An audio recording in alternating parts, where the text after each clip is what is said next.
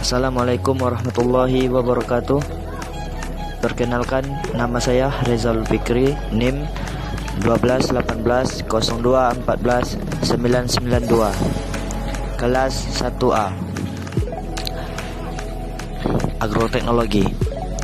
Baiklah, saya akan menjelaskan tentang pestisida dan kelebihan dan kekurangan pestisida tersebut. Baiklah,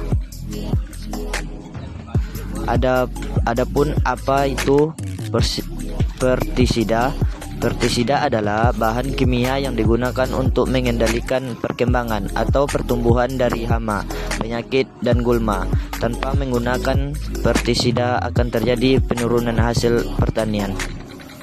Dan fungsi pestisida tersebut adalah dapat dikatakan peranan pestisida adalah untuk menjaga hasil panen atau untuk meningkatkan produk hasil pertanian yang tujuannya adalah untuk memenuhi kebutuhan pangan manusia.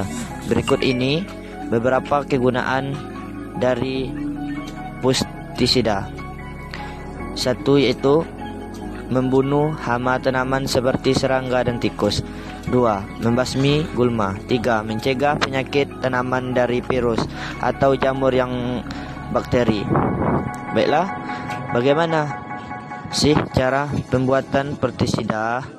Menurut asal atau cara pembuatannya, pestisida digolongkan ke dalam dua jenis, yaitu pestisida nabati atau bisa disebut dengan alami. Adalah pestisida yang memanfaatkan bahan-bahan alam secara langsung untuk mengusir atau membunuh hama. Pestisida alami biasanya terbuat dari daun-daun tanaman tertentu seperti daun tembakau. Pestisida sintesis atau sintetik bisa disebut dengan buatan, merupakan pestisida yang sengaja dibuat atau diproduksi oleh pabrik. Biasanya dikenal dalam merek-merek tertentu. Dan bagaimana sih cara menggunakan pestisida? Terdapat beberapa cara aplikasi pestisida di lahan pertanian. Pengaplikasian racun hama tersebut bergantung dengan jenis produknya. Penggunaan pestisida yang paling umum adalah penyemprotan untuk beberapa jenis yang berbentuk cairan yang dapat dilarutkan dalam air. Selain disemprotkan, ada beberapa cara lain yang bisa digunakan, yaitu disemprot, ditabur, dioles, atau dicampurkan umpan. Bisa disebut dengan misal rodentisida atau racun tikus.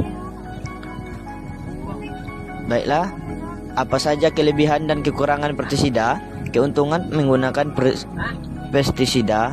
1. Yaitu mengaplikasian mudah. Pestisida dapat diaplikasikan di setiap waktu atau tempat, atau disemprotkan, dicampur dengan pupuk, ditabur, dan sebagainya.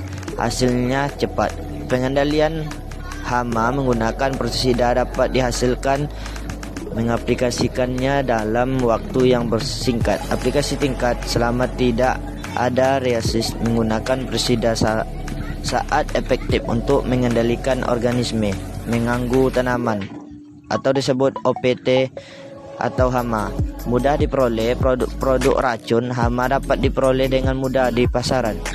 Dapat dijumpai di toko-toko pertanian kecil dengan berbagai macam jenis. 5. Biaya murah. Umumnya pestisida adalah solusi soal biaya yang membutuhkan banyak tenaga. Misal ingin membasmi gulma secara manual, maka dibutuhkan banyak buruh tani atau tenaga untuk membersihkan gulma di sawah atau ladang. Dan yang terakhir yaitu apa saja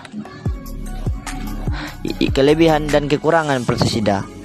1. Yaitu kekurangan menggunakan pestisida. Keracunan. Pestisida merupakan racun yang menggunakannya dapat saja meracuni orang yang menggunakan. Satwa liar atau hewan-hewan not target. Dapat menyebabkan terjadinya resistensi, dan ledakan hama sekunder. 4. Pencemaran lingkungan. Menggunakannya dapat saja menimbulkan permasalahan lingkungan. 5. Residu pestisida dapat berdampak negatif bagi konsumen maupun terhadap kesehatan manusia. 6. Pestisida dapat membunuh atau menyebabkan kematian musuh alami hama. Baiklah, hanya ini bisa saya jelaskan tentang pestisida tersebut. Apabila ada kesalahan mohon dimaafkan. Assalamualaikum warahmatullahi wabarakatuh.